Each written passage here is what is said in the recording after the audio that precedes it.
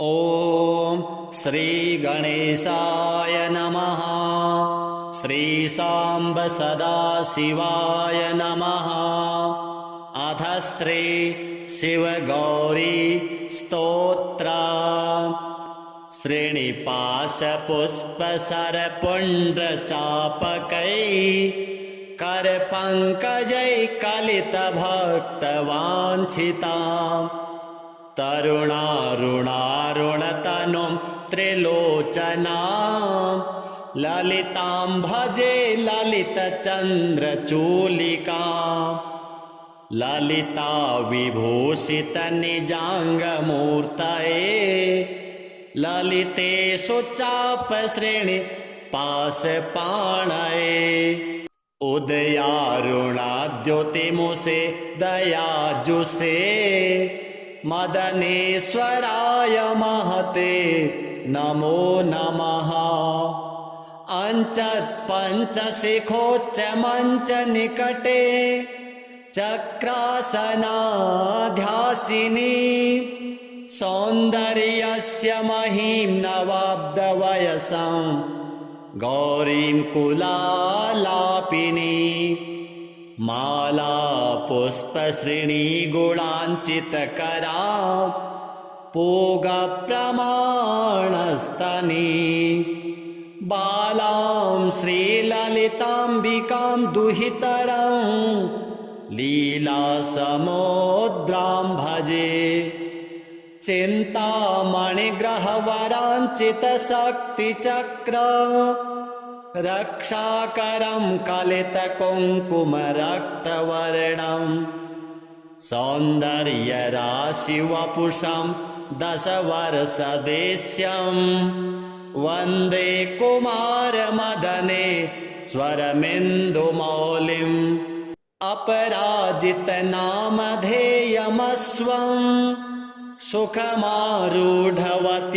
सुवर्णवर्णा विलसन्मणिवेत्रपाशहस्ता परिभूयात् परमेश्वरी सपत्नान् अधिरुह्य जपारुणं तुरङ्गं करपद्माञ्चितवेत्रपाशशक्तिः परिभूतविपक्षपक्षकोऽव्यात् अरुणाभ परमेश्वरी सहायः रक्तां विचित्रवसनां नवचन्द्रचूडाम् अन्नप्रदाननिरतां स्तनभारनम्रां नृत्यन्तमिन्दुसकलाभरणं विलोक्य हृष्टां भजे भगवतीं भवदुःखहन्त्रीम् उदञ्चिता कुञ्चितवामपादं समञ्चिता हिन्दुकृशानुहस्तम् अन्नप्रदां वीक्ष्य मुदा महेशीं नटन्तमाद्यं नटमाश्रयामः अरुणारुणाकोटितुल्यकान्तिं श्रीनिपाशाभयवाञ्छितप्रदानैः अनुरक्तकरां नवेन्द्रचूडाम् अखिलेशीं भुवनेश्वरीं भजामः उदञ्चिता कुञ्चितवामपादं समञ्चिता हिन्दुकृशानुहस्तम् अन्नप्रदां वीक्ष्य मुदा महेशीं नटन्तमाद्यं नटमाश्रयामः अरुणारुणाकोटितुल्यकान्तिं श्रीनिपाशाभयवाञ्छितप्रदानैः अनुरक्तकरां नवेन्दुचूडाम् अखिलेशीं भुवनेश्वरीं भजामः बालेन्दुकलितोत्तंसं बालारुणसमद्युतिं पाशाङ्कुशवराभीति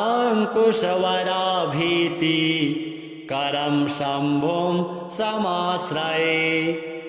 कुलाचलकुतूहलं कुसुमचापसञ्जीवनं कुचे कलितवल्कलं गुरुकृपारसं लोचने जपासहृदयं रुचौ जपवटाभिरामं करे जटानिवीडितं कचे जयति जीवितं शाम्भवम् दत्तात्रेयं शिवं शान्तम् इन्द्रनीलनिभं प्रभुम् आत्ममायारतं देवम् अवधूतं दिगम्बरम् भस्मोद्धूलित सर्वाङ्गं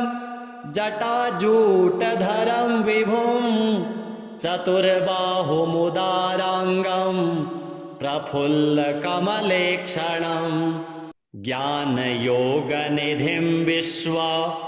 गुरुं योगिजनप्रियं भक्तानुकम्पिनं सर्व साक्षिणं सिद्धसेवितम् एवं यः सततं ध्यायेत्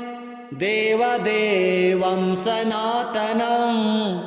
स मुक्तः सर्वपापेभ्यो निःश्रेयसमवाप्नुयात् श्रेणिपाशपुष्पसरपुण्ड्रचापकैः करपङ्कजैः कलितभक्तवाञ्छितां तरुणारुणारुणतनुं त्रिलोचनां ललितां भजे ललितचन्द्रचूलिकाम् ललिता विभूषित निजाङ्गमूर्तये ललितेषु चाप श्रेणि पाशपाणये उदयारुणाद्योतिमुषे दयाजुषे मदनेश्वराय महते नमो नमः पञ्चशिखोच्चमञ्च निकटे चक्रासनाध्यासिनी सौन्दर्यस्य महीं नवाब्दवयसं गौरीं कुलालापिनी माला पुष्पश्रेणी गुणाञ्चितकरा पूगप्रमाणस्तनी बालां श्रीललिताम्बिकां दुहितरं लीलासमुद्रां भजे चिन्तामणिग्रहवराञ्चितशक्तिचक्र रक्षाकरं कलितकुङ्कुमरक्तवर्णं सौन्दर्यराशिवपुषं दशवर्षदेश्यं वन्दे कुमारमदने स्वरमिन्दुमौलिम् अपराजितनामधेयमस्वं सुखमारूढवती सुवर्णवर्णा विलसन्मणिवेत्रपाशहस्ता परिभूयात् परमेश्वरी सपत्नान् अधिरुह्य जपारुणं तुरङ्गं करपद्माञ्चितवेत्रपाशशक्तिः परिभूतविपक्षपक्षकोऽव्यात् अरुणाभ परमेश्वरी सहायः रक्तां विचित्रवसनां नवचन्द्रचूडाम् अन्नप्रदाननिरतां स्तनभारनम्रां नृत्यन्तमिन्दुसकलाभरणं विलोक्य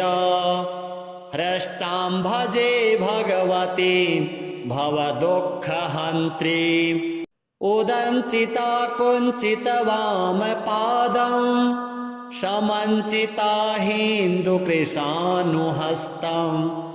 अन्नप्रदां वीक्ष्य मुदा महेशीं नटन्तमाद्यं नटमाश्रयामः अरुणारुणाकोटितुल्यकान्तिं श्रेणिपाशाभयवाञ्छितप्रदानैः अनुरक्तकरां नवेन्द्रचूडाम् अखिलेशीं भुवनेश्वरीं भजामः उदञ्चिता कुञ्चितवामपादं समञ्चिता हिन्दुकृशानुहस्तम् अन्नप्रदां वीक्ष्य मुदा महेशीं नटन्तमाद्यं नटमाश्रयामः अरुणारुणा कोटितुल्यकान्तिं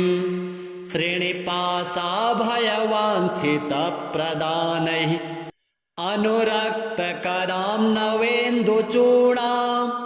अखिलेशीं भुवनेश्वरीं भजामः बालेन्दुकलितोत्तंसं बालारुणसमद्युतिं पाशाङ्कुशवराभीति करं शम्भुं समाश्रये कुलाचलकुतूहलं कुसुमचापसञ्जीवनम् कुचे कलितवल्कलं गुरुकृपारसं लोचने जपासहृदयं रुचौ जपवटाभिरामं करे जटानिबीडितं कचे जयति जीवितं शाम्भवम् दत्तात्रेयं शिवं शान्तम् इन्द्रनीलनिभं प्रभुम् आत्ममायारतं देवम् अवधूतं दिगम्बरम् भस्मोद्धूलितसर्वाङ्गं जटाजूटधरं विभुं चतुर्बाहुमुदाराङ्गं प्रफुल्लकमलेक्षणं ज्ञानयोगनिधिं विश्वा गुरुं योगिजनप्रियं भक्तानुकम्पिनं सर्व साक्षिणं सिद्धसेवितम् एवं यः सततं ध्यायेत् देवदेवं सनातनं स मुक्तः सर्वपापेभ्यो निःश्रेयसमवाप्नुयात् श्रीनिपाशपुष्पसरपुण्ड्रचापकैः करपङ्कजैः कलितभक्तवाञ्छिताम् तरुणारुणारुणतनुं त्रिलोचनां ललितां भजे ललितचन्द्रचूलिकाम्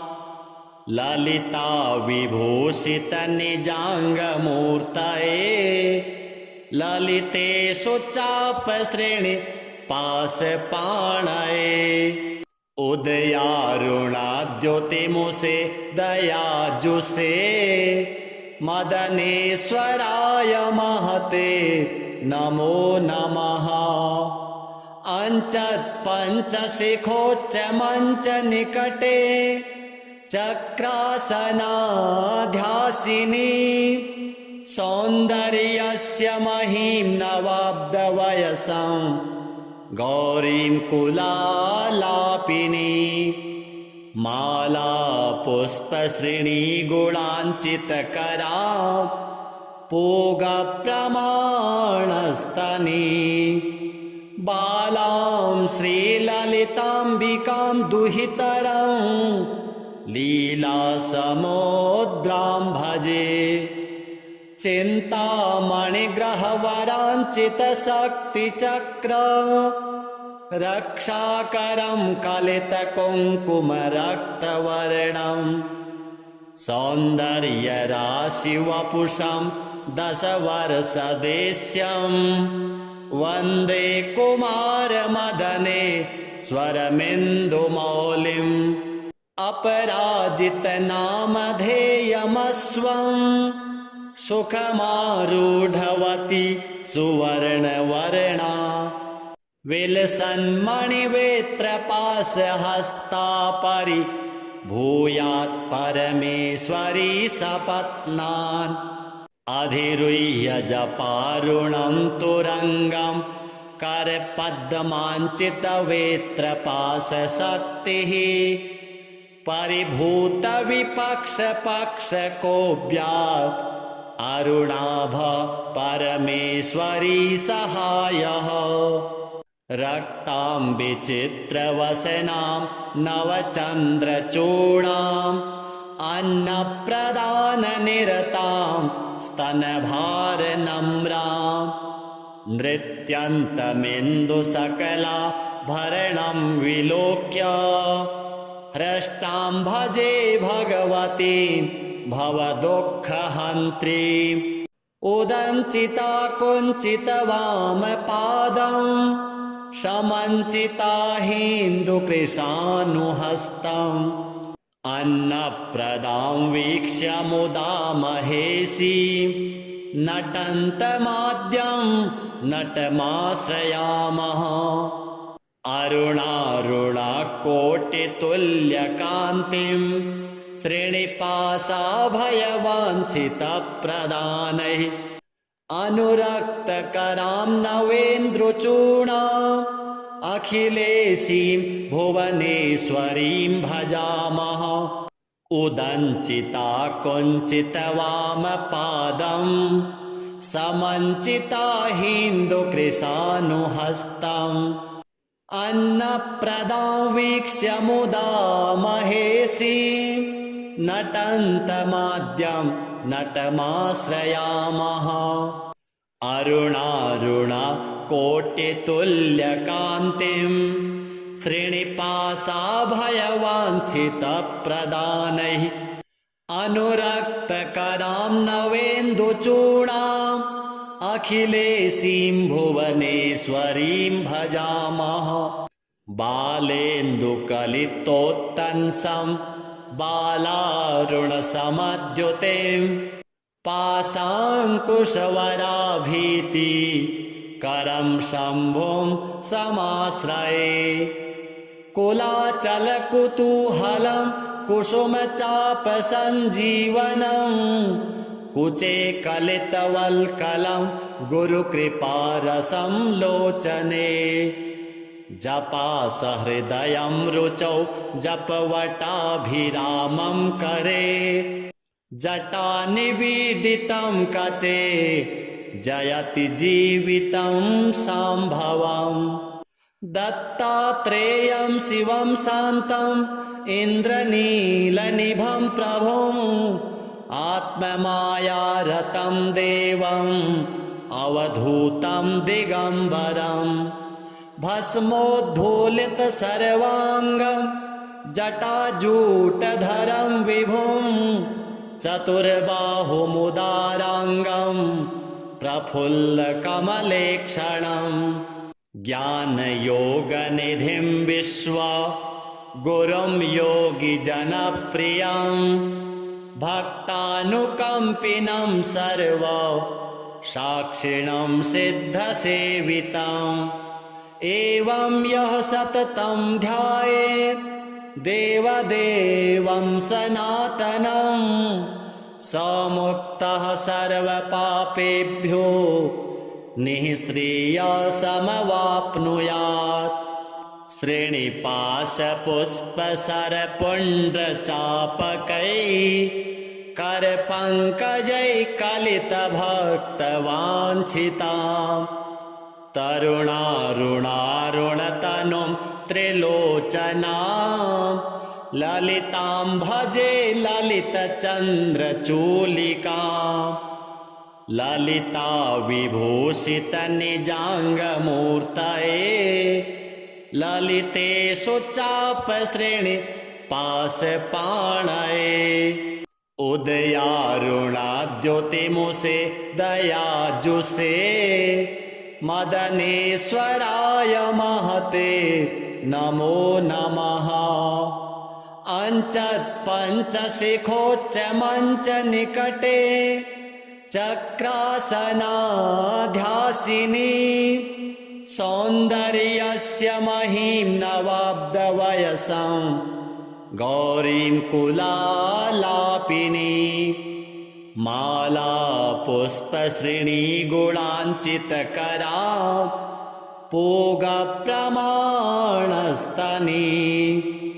बालां श्रीललिताम्बिकां दुहितरां लीलासमुद्रां भजे चिन्तामणिग्रहवराञ्चितशक्तिचक्र रक्षाकरं कलितकुङ्कुमरक्तवर्णं सौन्दर्यराशिवपुषं दशवर्षदेश्यं वन्दे कुमारमदने स्वरमिन्दुमौलिम् अपराजितनामधेयमस्वं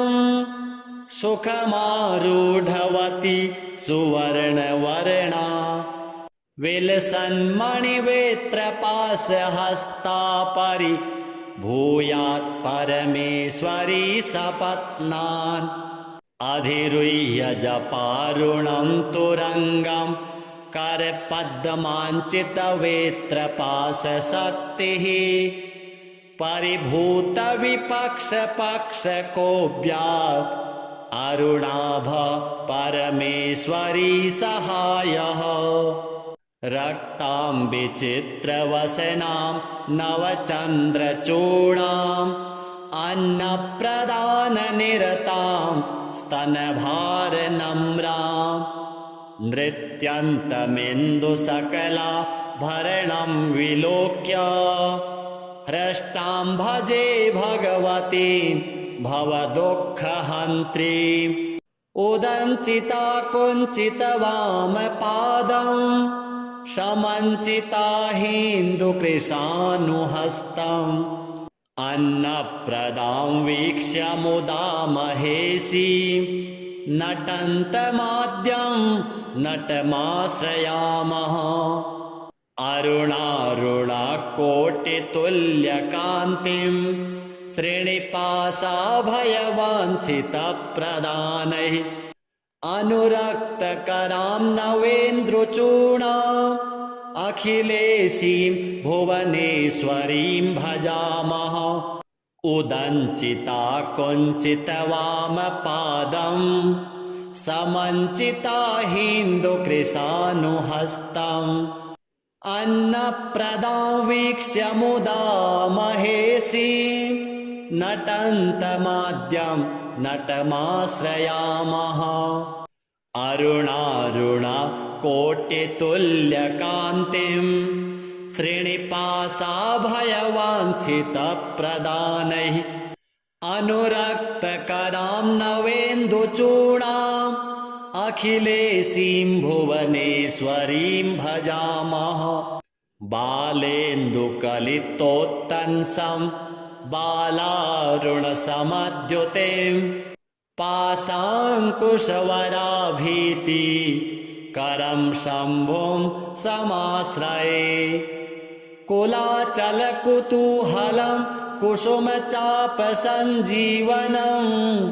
कुचे कलितवल्कलं गुरुकृपारसं लोचने जपासहृदयं रुचौ जपवटाभिरामं करे जटानिबीडितं कचे जयति जीवितं शाम्भवम् दत्तात्रेयं शिवं शान्तम् इन्द्रनीलनिभं प्रभुम् आत्ममायारतं देवम् अवधूतं दिगम्बरं भस्मोद्धूलितसर्वाङ्गं जटाजूटधरं विभुं चतुर्बाहुमुदाराङ्गं प्रफुल्लकमलेक्षणं ज्ञानयोगनिधिं विश्वा गुरुं योगिजनप्रियं भक्तानुकम्पिनं सर्व साक्षिणं सिद्धसेवितम् एवं यः सततं ध्यायेत् देवदेवं सनातनं स मुक्तः सर्वपापेभ्यो निःश्रेयसमवाप्नुयात् श्रीनिवासपुष्पसरपुण्ड्रचापकैः करपङ्कजैः कलितभक्तवाञ्छिताम् तरुणारुणारुणतनुं त्रिलोचनां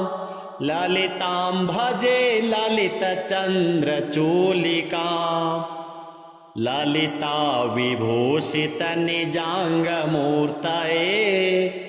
ललितेषु चापश्रेणि पाशपाणये उदयारुणाद्योतिमुषे दयाजुषे मदनेश्वराय महते नमो नमः पञ्चशिखोच्च मञ्च निकटे चक्रासनाध्यासिनी सौन्दर्यस्य महीं नवाब्दवयसं गौरीं कुलालापिनी माला पुष्पश्रेणी गुणाञ्चितकरा पूगप्रमाणस्तनी बालां श्रीललिताम्बिकां दुहितरं लीलासमुद्रां भजे चिन्तामणिग्रहवराञ्चितशक्तिचक्र रक्षाकरं कलितकुङ्कुमरक्तवर्णं सौन्दर्यराशिवपुषं दशवर्षदेश्यं वन्दे कुमारमदने स्वरमिन्दुमौलिम् अपराजितनामधेयमस्वं सुखमारूढवती सुवर्णवर्णा विलसन्मणिवेत्रपाशहस्ता परिभूयात् परमेश्वरी सपत्नान् अधिरुह्य जपारुणं तुरङ्गं करपद्माञ्चितवेत्रपाशशक्तिः परिभूतविपक्षपक्षकोऽव्यात् अरुणाभ परमेश्वरी सहायः रक्तां विचित्रवसनां नवचन्द्रचूडाम् अन्नप्रदाननिरतां स्तनभारनम्रां नृत्यन्तमिन्दुसकला भरणं विलोक्य हृष्टां भजे भगवतीं भवदुःखहन्त्रीम्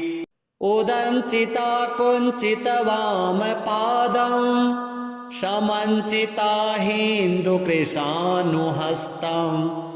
अन्नप्रदां वीक्ष्य मुदा महेशीं नटन्तमाद्यं नटमाश्रयामः अरुणारुणाकोटितुल्यकान्तिं श्रीनिपाशाभयवाञ्छितप्रदानैः अनुरक्तकरां नवेन्द्रचूडाम् अखिलेशीं भुवनेश्वरीं भजामः उदञ्चिता कुञ्चितवामपादं समञ्चिता हिन्दुकृशानुहस्तम् अन्नप्रदां वीक्ष्य मुदा महेशीं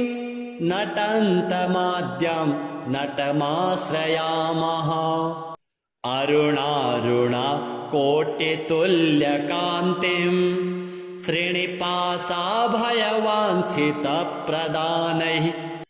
अनुरक्तकरां नवेन्दुचूडाम् अखिलेशीं भुवनेश्वरीं भजामः बालेन्दुकलितोत्तंसं बालारुणसमद्युतिं पाशाङ्कुशवराभीति करं शम्भुं समाश्रये कुलाचलकुतूहलं कुसुमचापसञ्जीवनं कुचे कलितवल्कलं गुरुकृपारसं लोचने जपासहृदयं रुचौ जपवटाभिरामं करे जटानिबीडितं कचे जयति जीवितं शाम्भवम् दत्तात्रेयं शिवं शान्तम् इन्द्रनीलनिभं प्रभुम् आत्ममायारतं देवम् अवधूतं दिगम्बरम् भस्मोद्धूलित सर्वांगं जटाजूटधरं विभुं चतुर्बाहुमुदारांगं प्रफुल्लकमलेक्षणं ज्ञानयोगनिधिं विश्वा गुरुं योगिजनप्रियं भक्तानुकम्पिनं सर्व साक्षिणं सिद्धसेवितम् एवं यः सततं ध्यायेत् देवदेवं सनातनं स मुक्तः सर्वपापेभ्यो निःश्रेयसमवाप्नुयात् श्रेणिपाशपुष्पसरपुण्ड्रचापकैः करपङ्कजैः कलितभक्तवाञ्छिताम् तरुणारुणारुणतनुं त्रिलोचनां ललितां भजे ललितचन्द्रचूलिकां ललिता विभूषितनिजाङ्गमूर्तये ललितेषु चापश्रेणिपाशपाणये उदयारुणाद्योतिमुषे दयाजुषे मदनेश्वराय महते नमो नमः पञ्चशिखोच्चमञ्चनिकटे चक्रासनाध्यासिनी सौन्दर्यस्य महीं नवाब्दवयसं गौरीं कुलालापिनी माला पुष्पश्रेणी गुणाञ्चितकरा पूगप्रमाणस्तनी बालां श्रीललिताम्बिकां दुहितरं लीलासमुद्रां भजे चिन्तामणिग्रहवराञ्चितशक्तिचक्र रक्षाकरं कलितकुङ्कुमरक्तवर्णं सौन्दर्यराशिवपुषं दशवर्षदेश्यं वन्दे कुमारमदने स्वरमिन्दुमौलिम् अपराजितनामधेयमस्वं सुखमारूढवती सुवर्णवर्णा विलसन्मणिवेत्रपाशहस्ता परिभूयात् परमेश्वरी सपत्नान् अधिरुह्य जपारुणं तुरङ्गं करपद्माञ्चितवेत्रपाशशक्तिः परिभूतविपक्षपक्षकोऽव्यात् अरुणाभ परमेश्वरी सहायः रक्तां विचित्रवसनां नवचन्द्रचूडाम् अन्नप्रदाननिरतां स्तनभारनम्रां नृत्यन्तमिन्दुसकलाभरणं विलोक्य हृष्टां भजे भगवतीं भवदुःखहन्त्रीम् उदञ्चिता कुञ्चितवामपादं समञ्चिता हिन्दुकृशानुहस्तम् अन्नप्रदां वीक्ष्य मुदा महेशीं नटन्तमाद्यं नटमाश्रयामः अरुणारुणाकोटितुल्यकान्तिं श्रेणिपाशाभयवाञ्छितप्रदानैः अनुरक्तकरां नवेन्द्रचूडाम् अखिलेशीं भुवनेश्वरीं भजामः उदञ्चिता कुञ्चितवामपादं समञ्चिता हिन्दुकृशानुहस्तम् अन्नप्रदां वीक्ष्य मुदा महेशीं नटन्तमाद्यं नटमाश्रयामः अरुणारुणाकोटितुल्यकान्तिं श्रेणिपाशाभयवाञ्छितप्रदानैः अनुरक्तकरां नवेन्दुचूडाम् अखिलेशीं भुवनेश्वरीं भजामः बालेन्दुकलितोत्तंसं बालारुणसमद्युतिं पाशाङ्कुशवराभीति करं शम्भुं समाश्रये कुलाचलकुतूहलं कुसुमचापसञ्जीवनं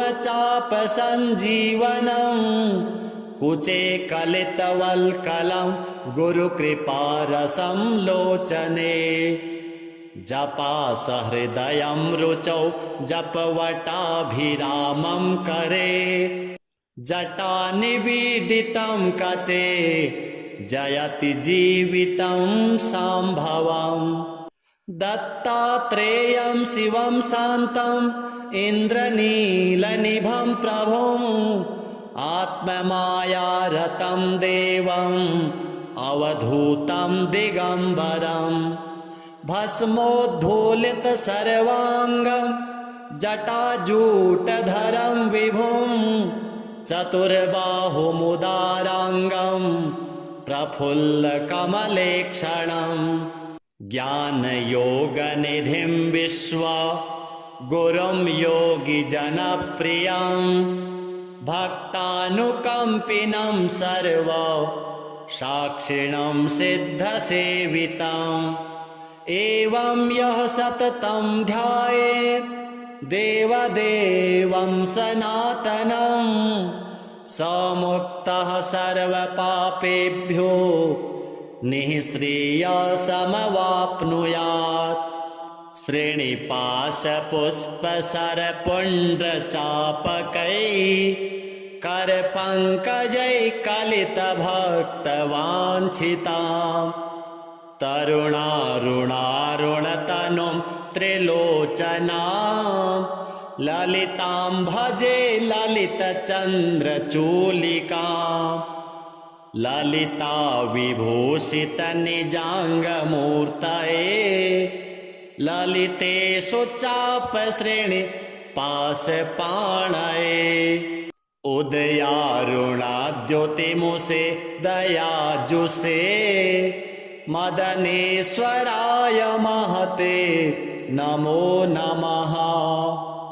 अञ्चत्पञ्चशिखोच्चमञ्चनिकटे चक्रासनाध्यासिनी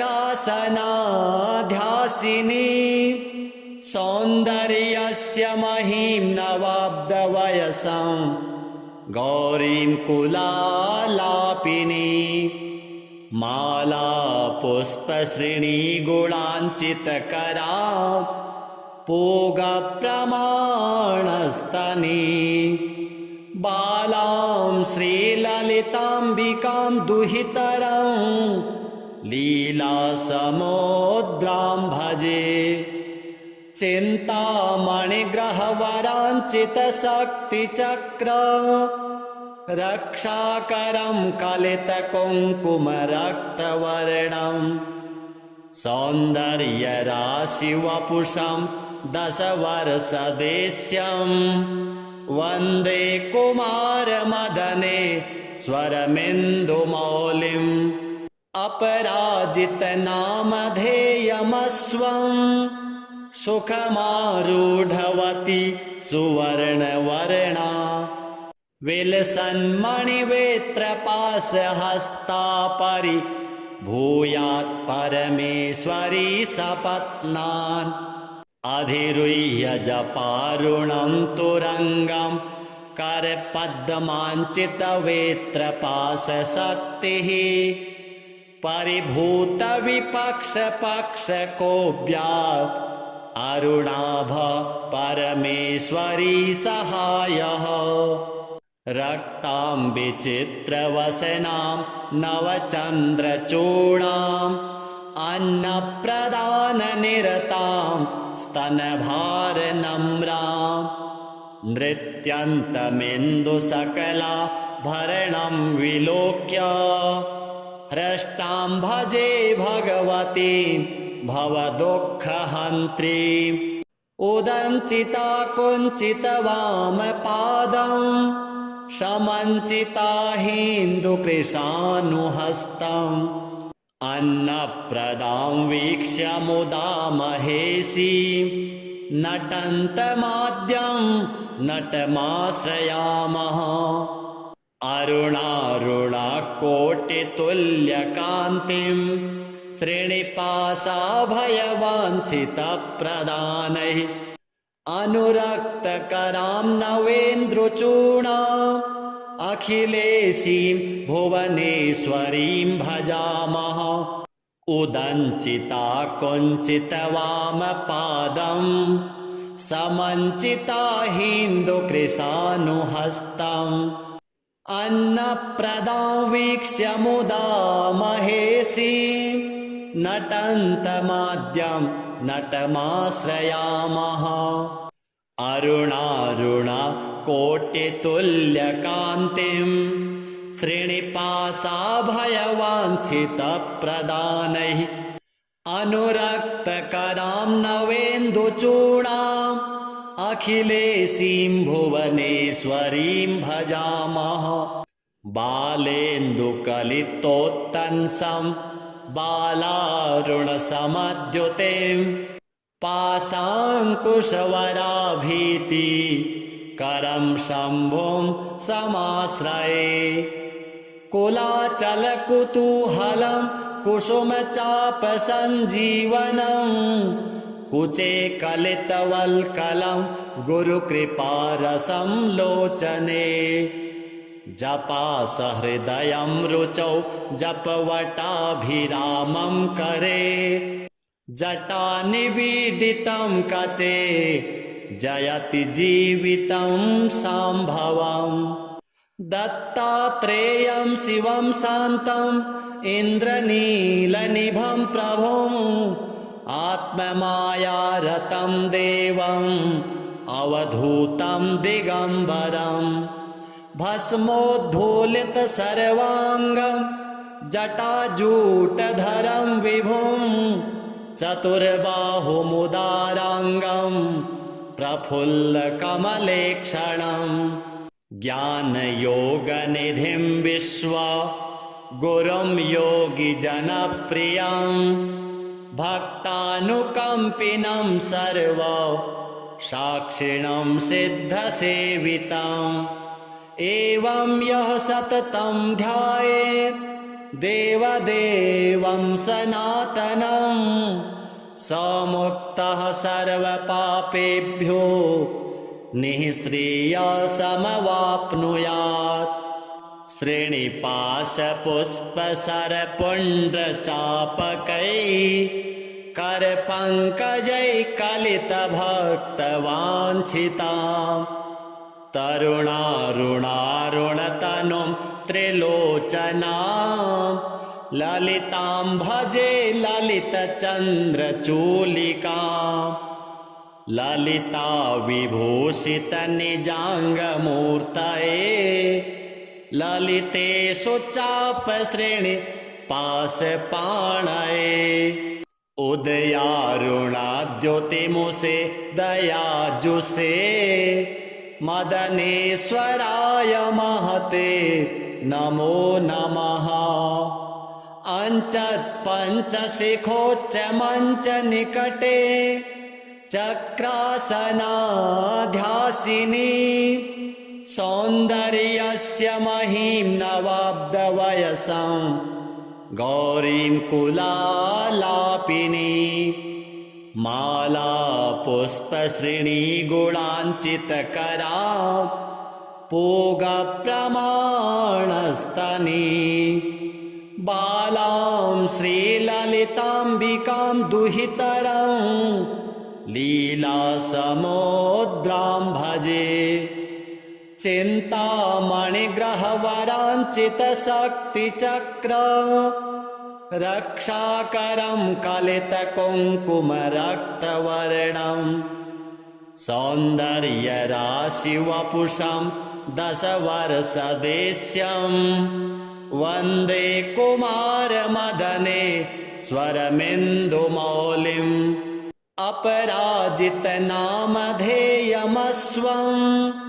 सुखमारूढवती सुवर्णवर्णा विलसन्मणिवेत्रपाशहस्ता परि भूयात् परमेश्वरी सपत्नान् अधिरुह्य जपारुणं तुरंगं करपद्माञ्चितवेत्रपाशशक्तिः परिभूतविपक्षपक्षकोऽव्यात् अरुणाभ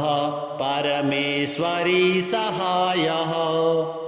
रक्तां विचित्रवसनां नवचन्द्रचूडाम् अन्नप्रदाननिरतां स्तनभारनम्रां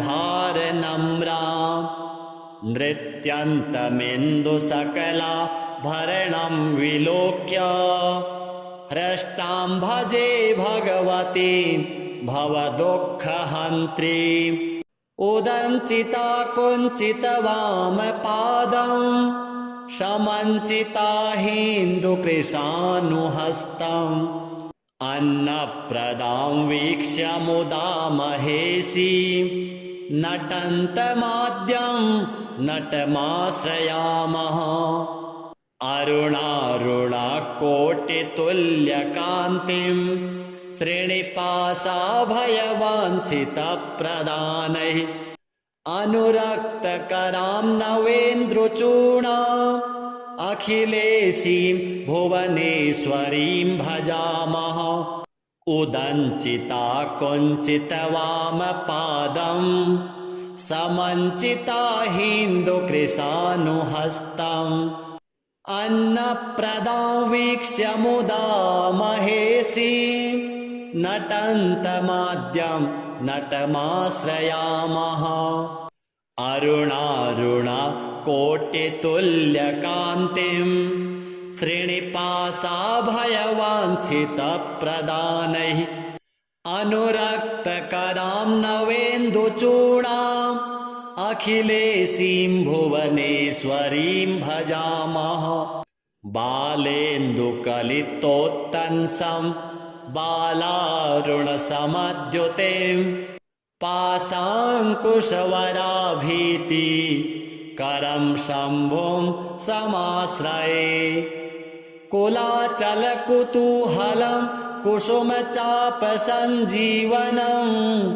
कुचे कलितवल्कलं गुरुकृपारसं लोचने जपासहृदयं रुचौ जपवटाभिरामं करे जटानिबीडितं कचे जयति जीवितं शाम्भवम् दत्तात्रेयं शिवं शान्तम् इन्द्रनीलनिभं प्रभुम् आत्ममायारतं देवम् अवधूतं दिगम्बरं भस्मोद्धूलितसर्वाङ्गं जटाजूटधरं विभुं चतुर्बाहुमुदाराङ्गं प्रफुल्लकमलेक्षणं ज्ञानयोगनिधिं विश्वा गुरुं योगिजनप्रियं भक्तानुकम्पिनं सर्व साक्षिणं सिद्धसेवितम् एवं यः सततं ध्यायेत् देवदेवं सनातनं स मुक्तः सर्वपापेभ्यो निःश्रेयसमवाप्नुयात् श्रीनिपाशपुष्पसरपुण्ड्रचापकैः करपङ्कजैः कलितभक्तवाञ्छिताम् तरुणारुणारुणतनुं त्रिलोचनां ललितां भजे ललितचन्द्रचूलिकाम् ललिता विभूषितनिजाङ्गमूर्तये ललितेषु चापश्रेणिपाशपाणये उदयारुणाद्युतिमुषे दयाजुषे मदनेश्वराय महते नमो नमः अञ्चत्पञ्चशिखोच्चमञ्चनिकटे चक्रासनाध्यासिनी सौन्दर्यस्य महीं नवाब्दवयसं गौरीं कुलालापिनी माला पुष्पश्रेणी गुणाञ्चितकरा पूगप्रमाणस्तनी बालां श्रीललिताम्बिकां दुहितरं लीलासमुद्रां भजे चिन्तामणिग्रहवराञ्चितशक्तिचक्र रक्षाकरं कलितकुङ्कुमरक्तवर्णं सौन्दर्यराशिवपुषं दशवर्षदेश्यं वन्दे कुमारमदने स्वरमिन्दुमौलिम् अपराजितनामधेयमस्वं सुखमारूढवती सुवर्णवर्णा विलसन्मणिवेत्रपाशहस्ता परिभूयात् परमेश्वरी सपत्नान् अधिरुह्य जपारुणं तुरङ्गं करपद्माञ्चितवेत्रपाशशक्तिः परिभूतविपक्षपक्षकोऽव्यात् अरुणाभ परमेश्वरी सहायः रक्तां विचित्रवसनां नवचन्द्रचूडाम् अन्नप्रदाननिरतां स्तनभारनम्रां नृत्यन्तमिन्दुसकलाभरणं विलोक्य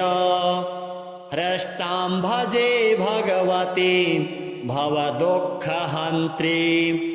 उदञ्चिता कुञ्चितवामपादं समञ्चिता हिन्दुकृशानुहस्तम् अन्नप्रदां वीक्ष्य मुदा महेशीं नटन्तमाद्यं नटमाश्रयामः अरुणारुणाकोटितुल्यकान्तिं श्रीनिपाशाभयवाञ्छितप्रदानैः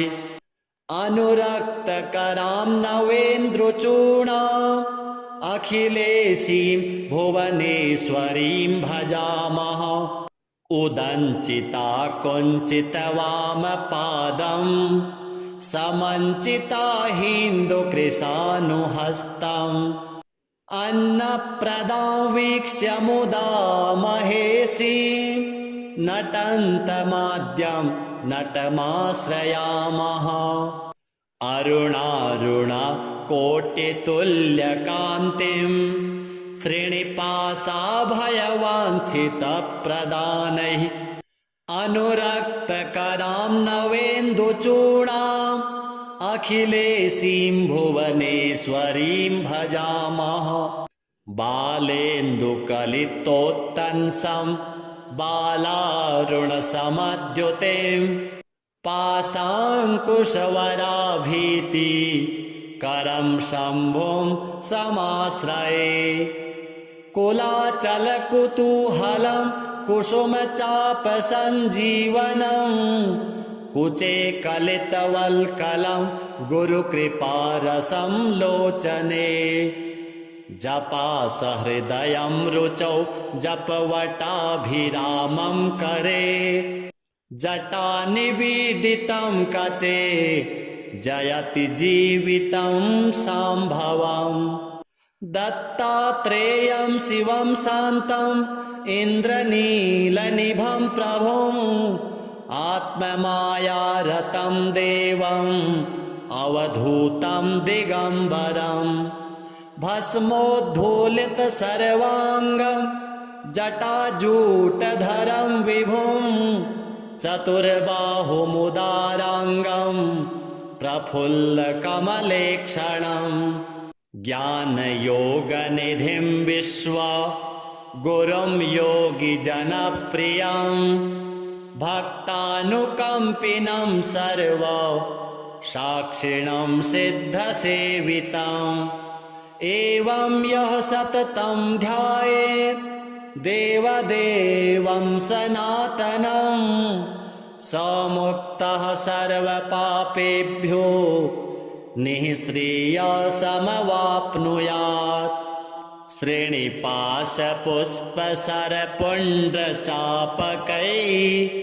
करपङ्कजैः कलितभक्तवाञ्छिताम् तरुणारुणारुणतनुं त्रिलोचनां ललितां भजे ललितचन्द्रचूलिकां ललिता विभूषितनिजाङ्गमूर्तये ललितेषु चापश्रेणिपाशपाणये उदयारुणाद्योतिमुषे दयाजुषे मदनेश्वराय महते नमो नमः पञ्चशिखोच्चमञ्चनिकटे चक्रासनाध्यासिनी सौन्दर्यस्य महीं नवाब्दवयसं गौरीं कुलालापिनी माला पुष्पश्रेणी गुणाञ्चितकरां पूगप्रमाणस्तनी बालां श्रीललिताम्बिकां दुहितरं लीलासमुद्रां भजे चिन्तामणिग्रहवराञ्चितशक्तिचक्र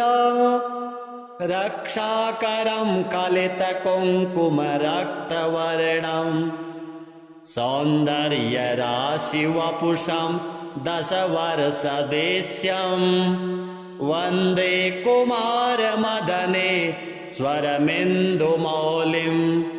अपराजितनामधेयमस्वं सुखमारूढवती सुवर्णवर्णा विलसन्मणिवेत्रपाशहस्ता परिभूयात् परमेश्वरी सपत्नान् अधिरुह्य जपारुणं तुरङ्गं करपद्माञ्चितवेत्रपाशशक्तिः परिभूतविपक्षपक्षकोऽव्यात् अरुणाभ परमेश्वरी सहायः रक्तां विचित्रवसनां नवचन्द्रचूडाम् अन्नप्रदाननिरतां स्तनभारनम्रां नृत्यन्तमिन्दुसकलाभरणं विलोक्य हृष्टां भजे भगवतीं भवदुःखहन्त्रीम् उदञ्चिता कुञ्चितवामपादं समञ्चिता हिन्दुकृशानुहस्तम्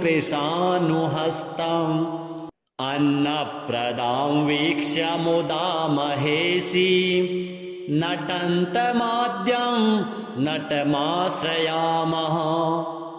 अरुणारुणाकोटितुल्यकान्तिं श्रीनिपाशाभयवाञ्छितप्रदानैः अनुरक्तकरां नवेन्द्रचूडाम् अखिलेशीं भुवनेश्वरीं भजामः उदञ्चिता कुञ्चितवामपादं समञ्चिता हिन्दुकृशानुहस्तम् अन्नप्रदां वीक्ष्य मुदा महेशीं नटन्तमाद्यं नटमाश्रयामः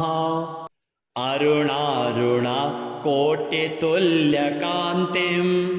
श्रीनिपाशाभयवाञ्छितप्रदानैः अनुरक्तकरां नवेन्दुचूडाम् अखिलेशीं भुवनेश्वरीं भजामः बालेन्दुकलितोत्तंसं बालारुणसमद्युतिं पाशाङ्कुशवराभीति करं शम्भुं समाश्रये कुलाचलकुतूहलं कुसुमचापसञ्जीवनं कुचे कलितवल्कलं गुरुकृपारसं लोचने जपासहृदयं रुचौ जपवटाभिरामं करे जटानिबीडितं कचे जयति जीवितं शाम्भवम् दत्तात्रेयं शिवं शान्तम् इन्द्रनीलनिभं प्रभुम् आत्ममायारतं देवम् अवधूतं दिगम्बरम् भस्मोद्धूलित सर्वाङ्गं जटाजूटधरं विभुं चतुर्बाहुमुदाराङ्गं प्रफुल्लकमलेक्षणम् ज्ञानयोगनिधिं विश्वा गुरुं योगिजनप्रियं भक्तानुकम्पिनं सर्व साक्षिणं सिद्धसेवितम् एवं यः सततं ध्यायेत् देवदेवं सनातनं स मुक्तः सर्वपापेभ्यो निःश्रेयसमवाप्नुयात् श्रीनिवासपुष्पसरपुण्ड्रचापकैः करपङ्कजैः कलितभक्तवाञ्छिताम् तरुणारुणारुणतनुं त्रिलोचनां ललितां भजे ललितचन्द्रचूलिकाम् ललिता विभूषितनिजाङ्गमूर्तये ललितेषु चापश्रेणि पाशपाणये उदयारुणाद्योतिमुषे दयाजुषे मदनेश्वराय महते नमो नमः अञ्चत्पञ्चशिखोच्चमञ्चनिकटे चक्रासनाध्यासिनी सौन्दर्यस्य महीं नवाब्दवयसं गौरीं कुलालापिनी माला पुष्पश्रेणीगुणाञ्चितकरा पूगप्रमाणस्तनी बालां श्रीललिताम्बिकां दुहितरं लीलासमुद्रां भजे चिन्तामणिग्रहवराञ्चितशक्तिचक्र रक्षाकरं कलितकुङ्कुमरक्तवर्णं सौन्दर्यराशिवपुषं दशवर्षदेश्यं वन्दे कुमारमदने स्वरमिन्दुमौलिम् अपराजितनामधेयमस्वं सुखमारूढवती सुवर्णवर्णा विलसन्मणिवेत्रपाशहस्ता परिभूयात् परमेश्वरी सपत्नान् अधिरुह्य जपारुणं तुरङ्गं करपद्माञ्चितवेत्रपाशशक्तिः परिभूतविपक्षपक्षकोऽव्यात् अरुणाभ परमेश्वरी सहायः रक्तां विचित्रवसनां नवचन्द्रचूडाम्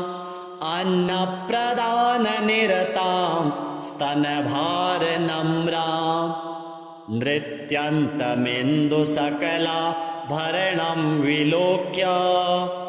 हृष्टां भजे भगवतीं भवदुःखहन्त्रीम् उदञ्चिता कुञ्चितवामपादं समञ्चिता हिन्दुकृशानुहस्तम् अन्नप्रदां वीक्ष्य मुदा महेशीं नटन्तमाद्यं नटमाश्रयामः अरुणारुणाकोटितुल्यकान्तिं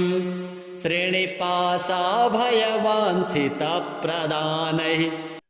अनुरक्तकरां नवेन्द्रचूडाम्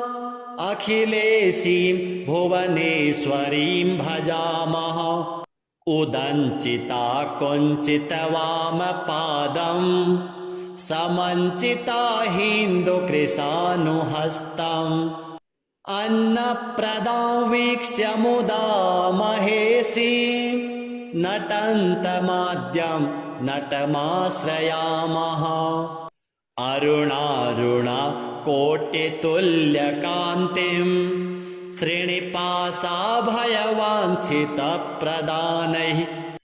अनुरक्तकरां नवेन्दुचूडाम् अखिलेशीं भुवनेश्वरीं भजामः बालेन्दुकलितोत्तंसं बालारुणसमद्युतिं पाशाङ्कुशवराभीति करं शम्भुं समाश्रये कुलाचलकुतूहलं कुसुमचापसञ्जीवनं कुचे कलितवल्कलं गुरुकृपारसं लोचने जपासहृदयं रुचौ जपवटाभिरामं करे जटानिबीडितं कचे जयति जीवितं शाम्भवम् दत्तात्रेयं शिवं शान्तं इन्द्रनीलनिभं प्रभुं आत्ममायारतं देवम् अवधूतं दिगम्बरं भस्मोद्धूलितसर्वाङ्गं जटाजूटधरं विभुं चतुर्बाहुमुदाराङ्गं प्रफुल्लकमलेक्षणं ज्ञानयोगनिधिं विश्वा